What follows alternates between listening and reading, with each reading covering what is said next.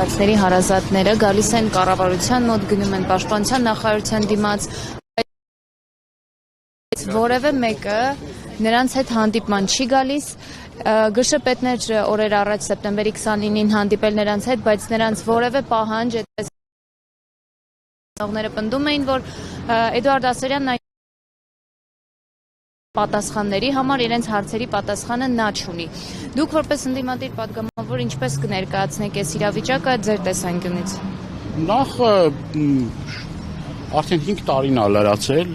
որ անհայտության մեջ գտնվող ծնողները որևէ տեղեկություն չունեն իրենց ընտանիքի անդամների, երեխաների, ծնողների եւ առհասարակ այն մարդկանց, որոնք որ ճիշտ է կան մարդիկ, որոնք որ անհայտության մեջ են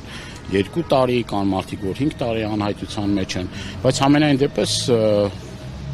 191 անց ճշտված այս պահի դրությամբ անհայտության մեջ է եւ կրկնում եմ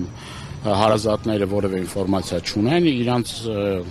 իրավունքն է պահանջելու պետությունից, կառավարությունից, որպեսզի պատասխան տան, թե ի վերջո ինչ գործընթացը ինչ տեղում է եւ այսպես կոչված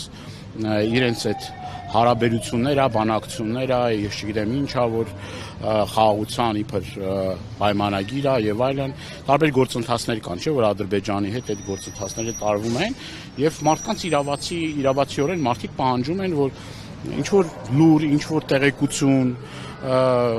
թե ի վերջո ինչա կատարվում այդ ուղղությամբ։ Հիշեցնեմ ձեզ, որ ամիսներ առաջ նաև Բաղրամյան փողոցն էին փակել, էլի հանդիպում էին խնդրել, այդ հանդիպումներ չէր տեղի ունեցել, հետո ամիսներ անց ինչ որ կիսատ-պռատ մի հանդիպում էր տեղի ունեցել կառավարության շենքում եւ վարչապետի աթոռը զբաղեցնողը էլի նորմալ հոդաբաշխ պատասխաններ չէր տվել եւ մարդիկ իրավացիորեն այդ պահանջը դրել են։ Ի վերջո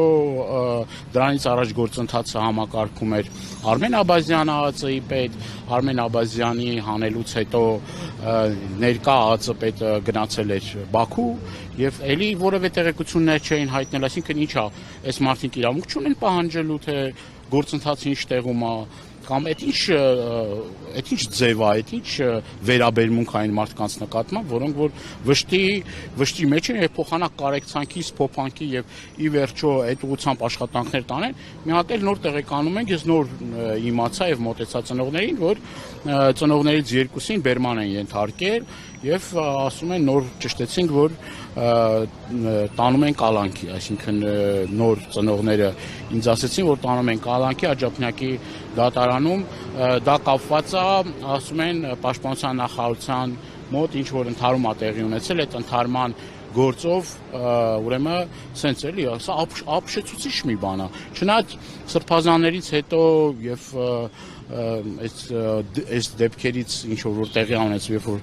Միքայել Սրբազանը 2 տարի բան են տալիս, վճիռ են կայացնում, էլ թվում էր թե զարմանալու բան չկա, բայց ամեն օր այս իշխանությունները ցույց են տալի, որ էլ ավելի այսպես ասած абսուրդ, էլ ավելի սրբապիղծ որոշումներ կայացնելու գործում իրենք անմրցելի են։ Ես տենց պետություն չգիտեմ համենայն դեպս, որ նման վերաբերմունքի կարժանացնի թե որդեկորուց ծնողներին, թե անհայտության մեջ գտնվող ծնողներին, այսինքն դա ինչ է նշանակում։ Նույն կրկնվում է Եռաբլուրի սցենարը, երբ որ ծնողներին քաշքշելով, ջարդելով ծնողներին, խոշտանգման ենթարկելով կարմիր բերետավորները տանում էին մարդկանց ուրեմն ոստիկանական բաժանմունքներ։ Եվ այս գործով էլի ընդամենը, այսպես ասած, ծնողները իրենց վրդովմունք են հայտնել, որևէ մի լուրջ բան տեղի չի ունեցել, բայց իրենց մի սենց առիթ է պետք, որ հերթական ծնողին, հերթական մարդուն, որին որ պետք է խոնարհվեն, որին որ պետք է հարգանք մատուցեն, որին որ ուշադրություն պետք է մատուցեն, բայց ինչ մնաց այդ ծնկաչոք ԿՊ ժողովների ժամանակ այդ ծնկի գալ ասում է խոնարհվում եմ ծնողների առաջ, սենց էս խոնարհվում ծնողների առաջ, էտա քո խոնարհումը ծնողների առաջ, օրը մեկին բանտարկելով, օրը մեկին անազատության մեջ պահելով, դրանով է դրսևորվում քո հարգանքը, դու տենց ես հասկանում հարգանքը, այսինքն անդադ կեղծ ծնկի գաս ու հերթական ծնողին տանես անազատության մեջ, абսուրդի ժանրից է, գժվել կարելի է, այսինքն ծնողները Անդում են, պարոն Դանելյան, որ սա իրենց լռեցնելու եւս մեկ միջոց է, այսինքն քիչ-քիչ բոլոր ծնողներին այսպես 2-2 կտանեն կալանքի։ Սա լռեցնել է, սա խոշտանգում է։ Լռեցնելը քիչ ավելի մեղմ որակում եք տալիս։ Սա խոշտանգում է, ուղիղ խոշտանգում են, բռնության են ենթարկում, ահաբեկում են, եւ սա որևէ մի բանական մարդու ուղեղում չի կարա սա տեղավորվի։ Սա անհանդուրժելի է, ի՞նչ է նշանակում դա։ Ինչ է նշանակում, պատասխանի տեղը փոխանակ ես մարդկանց պատասխան տակ, պատասխանի տեղը տանում եք մարդկանց անազատության մեջ, պատասխանի տեղը ծեծում եք այս մարդկանց, խոշտանգում եք այս մարդկանց, փոխանակ պատասխան տակ, ասում եք չէ, ձեր երեխաներին տարել ենք անհայտության մեջ ենք բարել, կամ ձեր երեխաները այսօր զոհված են, հիմա հերթը ձեր հերթն է, եկե ձեզ պիտի խոշտանգենք, ինչ է սա նշանակում։ Սա որևէ մի ռացիոնալ, ասենք ռացիոնալիզմի հատիկներ էլ չկան անգամ սրա մեջ, էլի։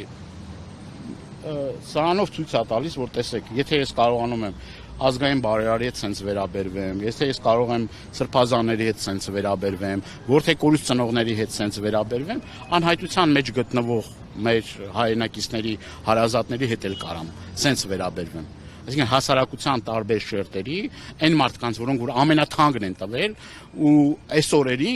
այս օրերին, որ գիտեք էլի, ինչա,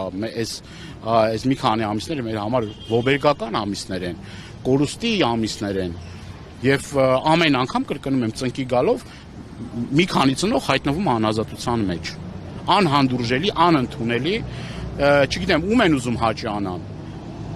Էրդողանին են ուզում հաճի անան, Ալիևին են ուզում հաճի անան, այսօր Էրդողանը գնացել է Բաքու, կարող է այդ շրջանակներում են այս մարդիկ ձերբակալվում, կարող է այդ շրջանակ, այդ կոնտեքստում է եւ այդ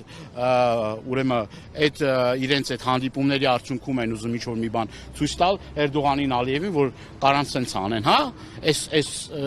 սուրբ օրերը, որ մեր համար, չգիտեմ, էլի կրկնում եմ, այսօր էլի հիշատակի օր է, այսօր էլի զոհված մեր ընկերների հիշատակի օրն է, էլի մենք, չգիտեմ, մի Պրոշյանի Պանթեոնում ենք առավոտը, հիմա պլանավորել ենք 6:30 ուրեմն մեր մյուս ընկերների էլի զոհվելու օրն է Վարագաթաղի բարձունքում զոհված մեր ընկերների 6:30 պիտի եռաբլուր լինենք։ Ես մեքենայով էի, որ ուղիղ եթերում տեսա, նաև ծնողների հետ կապվեցի, ասին որ սենց բան է, շտապեցի, որ գամ ստեղ իմ զորակցությունը հայտնեմ եւ մտածում էի, որ ուրեմն գնամ բաժանմունք, ասում են, որ ուրեմն նոր-նորքի ոստիկանական բաժանմունքում է, բայց քիչ առաջ նորից եմ կրկնում տեղեկություններ ստացանք, որ տանում են Աջափնյակի դատարան, ծնողներն ասաց։ Պարոն Դանելյան, այսօր պարզ դարձավ, որ 44-օրյա պատերազմի հանգամանքներն ուսումնասիրող ազգային ժողովի քննիչ հանձնաժողովի զեկույցը կուղարկվի արխիվ։ Այս մասին ինչ կարող եք ասել, սա ինչ որ կերպ կարող է ազդել անհետ կորածների հարազատների վրա։ Ես ինչ պիտի ասեմ, դուք չեք տեսնում ինչա կատարվում։ Քարորյային էլի տենց արեցին, հիմա էլ 44-օրյա պատերազմում շատ կարևոր տեղեկություններ կա, հույժ կարևոր տեղեկություններ կա, սա լույս է սփռելու պատերազմի հանգամանքների վրա, բա այն որ պիտի լույս սփռի պատերազմի հանգամանքների վրա, այդ գործը տանում են արխիվ։ Դե թող լույս սփռեն եւ իմանային մարդիկ ինչ ա կատարել, թեպետ այդ հանձնաժողովի նկատմամբ այսպես մի առանձնապես մի վեց վստահություններ չկա, որովհետեւ իրենք իրենցով են այդ հանձնաժողովի նիստերը արել եւ գիտեք որ ինչա շատ տենց ինչ որ մեծ կրկնում եմ մեծ տենց հույսեր էլ չկա, բայց համենայն դեպս սա ցույց է տալիս էլի անպատասխանատու վերաբերմունք, բա լավ այդ քան մեկ տարի շարունակ տարուց ավել այդ հանձնաժողովը իբր թե գործ էր անում, ասում են շատ կարևոր հանգամանքներ է ի հայտ գալու։ Այդ կարևոր հանգամանքները եթե ի հայտ չպիտի բերեին, տանեին արխիվ, ինչի էին այդքան մարդու աշխատավարձ տալի, այդքան մարդը իբր օրնիբուն աշխատում էր այդ ուղղությամբ, ուր է այդ։ Կարող է ծլակները տանում է դեպի իրենց դրա համար են տենց անում։ Ես չգիտեմ,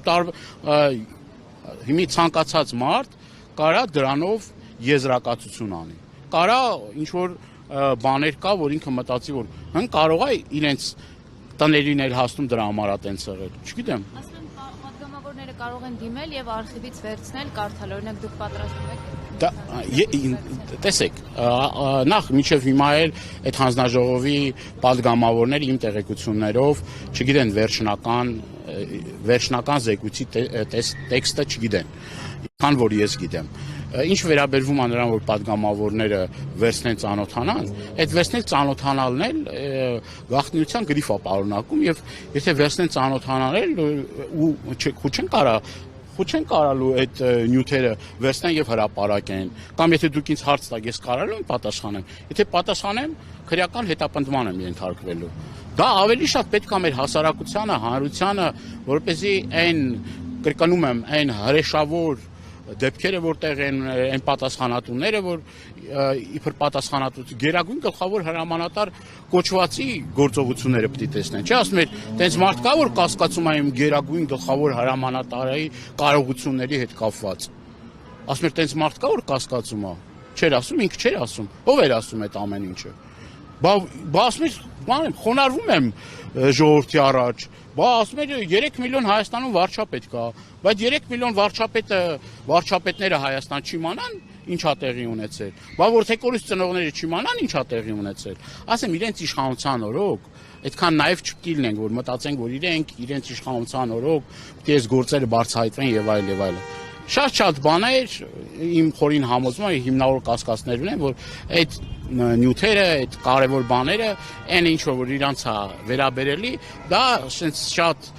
սահուն ձևով կշրջանցեն, բայց համենայն դեպս անգամ դրանից են իրանք խուսափում, անգամ այն քիչ նվազ բաները, որ կարող է մարդկանց մոտ կասկած առաջացնի, ինձ թվում է հենց դրանից էլ խուսափում են։ Եթե չխուսափեին, կհրապարակեին, բայց լիարժեք 44-օրյա պատերազմի քննությունը կլինի այն ժամանակ, երբ որ իրենք չլինեն իշխանության։ Այդ ժամանակ կլինի լիարժեք քննություն եւ այդ ժամանակ մենք իրապես մեղավորներին կտեսնենք եւ հուսով եմ, որ այդ գործը